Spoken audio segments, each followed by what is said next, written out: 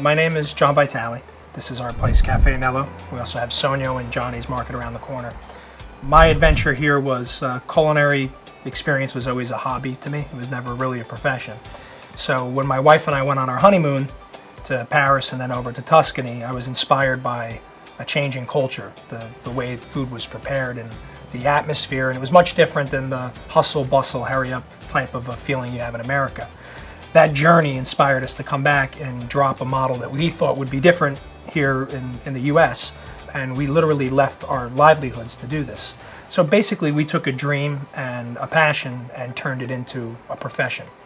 Prior to that, I had corporate jobs that I did not like the way people were treated within our office and places that I worked. So that was kind of a big part of opening our places, was to make sure off the bat that our management style was very open to our employees, and to the way that we would treat them would be fair. My own inspirations, I do want to open my own restaurant. I think that's an inspiration of most sous chefs. I think I will for sure utilize some of the things that we've done in Caffé Anello.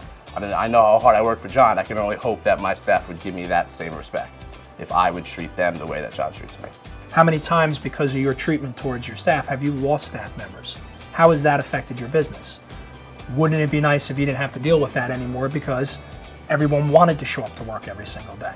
That's a huge thing. Turnover is a big thing. And turnover in our industry not only is seen by the staff itself, but by the customers as well too. No one wants to go to a place where faces are constantly changing. So there's no real negative side to implementing a fair kitchen standard in your kitchen. It can only help and elevate what you're doing.